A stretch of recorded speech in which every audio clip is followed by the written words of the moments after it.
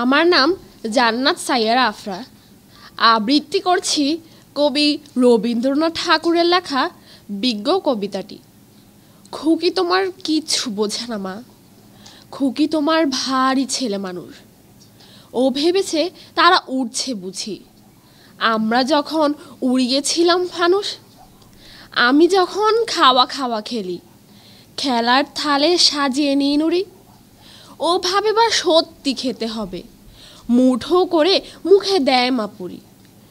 সামনেতেও শিশু শিক্ষা খোলে, যদি বলি খুকি পড়া করো, দুহাত দিয়ে পাতা ছিঁড়তে বসে। তোমার খুকির পড়া কেমন তর?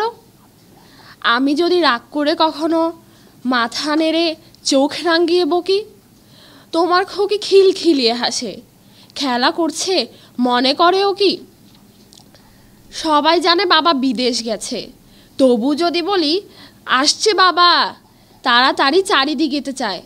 তোমার খুকি অমনি বোকা হাবা।